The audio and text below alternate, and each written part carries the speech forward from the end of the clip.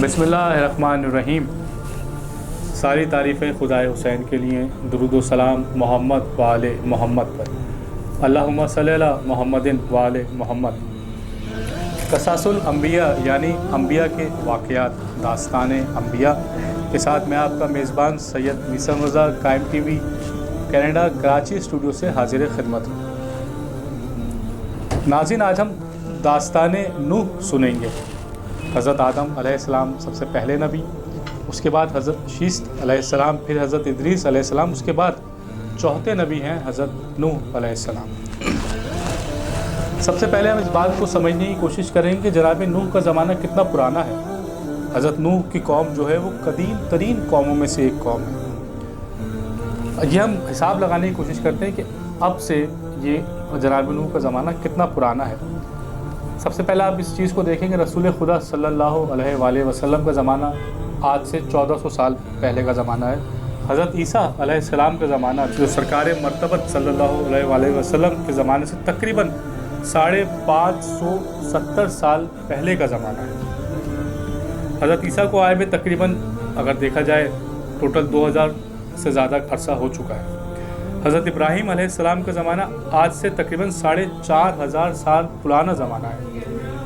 रिवायत कहती है कि हज़रत इब्राहीम और हज़रत नूह के दरमियान 10 नस्लों का फ़र्क है और उस ज़माने में उम्रें भी बड़ी तवील हुआ करती थी। खुद जनाब नूह अलैहिस्सलाम की उम्र 950 साल है, जिसको कुरान ने भी इस तरह से कहा है, सूरह अनकबूत की आयत का तर्जुमा, और यकीनन हमने नूह को उस कौम की तरफ इरसाल किया, वो उनमें 50 बरस कम 1000 बरस रहे। तो इस तरह से आपकी उम्र 950 साल बनती है। कुरान की बहुत सी सूरतों में जनाब नूह का जिक्र है। एक तो पूरी सूरह नूह है। इस सारे हिसाब से ये साबित होता है कि जनाब नूह का ज़माना आज से तकरीबन 7000 साल पुराना ज़माना है। 7000 साल। जोग्राफियाई एतबार से देखते हैं कि जनाब नूह जिस इलाके में थे वो इलाका कौन सा था। कुछ रिवायत कहती है कि इराक़ का इलाका था और कुछ में है कि बरे सगीर था। खैर, आगे बढ़ते हैं। जनाब नूह जिस कौम की तरफ आए वो कौम गुमराह थी और गुमराही की इंतहा, बेरबरवी की इंतहा, इखलाकी पस्ती का शिकार थी और हर तरह का जुल्म वहाँ पे आम था। इस कौम में शायद ही कोई इंसान था जो ईमान लाने वालों में ना हो। अब उस शिर्क के दौर में जब ये कौम शिर्क किया करती थी, जुल्म किया करती थी, उस कुफ्र के दौर में, उस ज़्यादती के दौर में अल्लाह ने अपने नबी नूह अलैहिस्सलाम को उस कौम की तरफ भेजा। कहने सुनने में नाज़रीन ये बात बड़ी आसान लगती है कि एक कौम जो काम कर रही है आप उसको मना करें। आप ज़रा माहौल को समझने की कोशिश करें कि जाहिलियत का दौर है, बुत परस्ती आम है। ऐसे में अल्लाह का एक वली, अल्लाह का एक नबी आता है, वो उस कौम से कहता है कि जो तुम ये काम कर रहे हो ये गलत है। यानी वो कौम जो अपने आबाओ अजदाद के काम चलती भी करी आ रही है, उसको कहता है कि काम तुम गलत कर रहे हो। नूह आए, लोगों को कहा, एक अल्लाह की तरफ दावत दी, एक अल्लाह के पैगाम पहुंचाया। लोग हैरान हुए, कहने लगे, अच्छा यानी अब हम अपने तमाम खुदाओं को छोड़कर एक खुदा पर ईमान लेके आ जाएं। नूह अलैहिस्सलाम दावत देते रहे, कौम इनकार करती रही। और कौम ने किस अल्फाज में इनकार किया उसका जिक्र कुरान में कुछ यूँ आया है, सूरह अराफ का तर्जुमा। नूह ने अपनी कौम से कहा, अल्लाह की इबादत करो, उसके सिवा तुम्हारा कोई माबूद नहीं है, और साथ में तंबीह भी की कि मुझे तुम्हारे बारे में बड़े दिन के अजाब का बहुत ही डर है। तो कौम ने क्या जवाब दिया जनाब नूह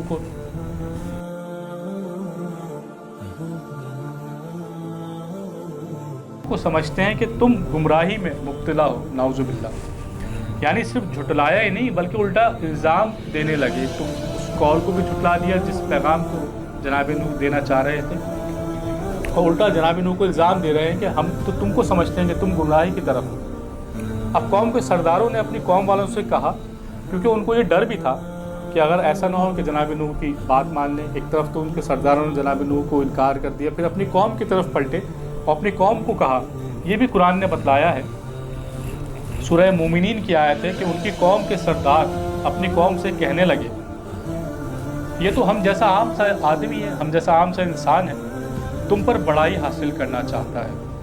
अगर अल्लाह चाहता तो किसी फरिश्ते को भेज देता, फरिश्ता उतार देता اور ہم نے اپنے باپ دادا میں سے تو کبھی کسی سے نہیں سنا اس طرح کی بات، اور اس کو تو دیوانگی کا عارضہ ہے، نعوذ باللہ، ہمیں تو یہ دیوانہ لگتا ہے۔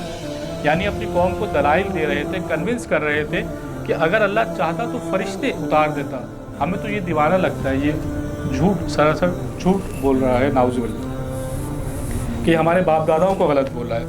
پھر قوم حضرت نوح سے بولتی ہیں، پہلے تو تمام سرداروں نے جناب نوح سے کہا، اب قوم کہتی ہے، سورہ شورا کی آیت ہے، اس کا ترجمہ، اے نوح اگر تم باز نہیں آئے، یعنی تم ہمیں تبلیغ کرنے سے باز نہیں آئے تو سنسار کر دیے جاؤ گے۔ اللہ اکبر، قوم جناب نوح سے کہہ رہی ہے کہ اگر تم باز نہیں آئے تو سنسار کر دیے جاؤ گے۔ سورہ نوح میں حضرت نوح علیہ السلام فرماتے ہیں، اے پروردگار میں اپنی قوم کو دن رات بلاتا رہا، لیکن میرے بلانے سے یہ اور بھی زیادہ گمراہ ہوتے جا رہے ہیں اور گریز کر رہے ہیں، میری بات کو نہیں مان رہے۔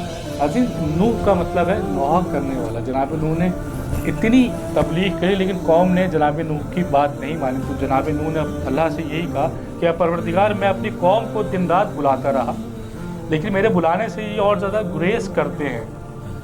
اور جب میں نے کہا کہ توبہ کریں تو انہوں نے اپنے کانوں میں انگلیاں رکھ لی، کپڑے اوڑھ لیے اور اڑ گئے اور اکڑ کر بیٹھ گئے، یعنی ایک تو بات بھی نہیں مانی، اوپر سے جناب نوح کچھ کہہ رہے ہیں تو اس کو ریئیکٹ ایسے کیا کہ اپنے کانوں پہ انگلیاں رکھ لی اور کپڑے اوڑھ کر، چادر اوڑھ کر بیٹھ گئے کہ ان کو برا لگے۔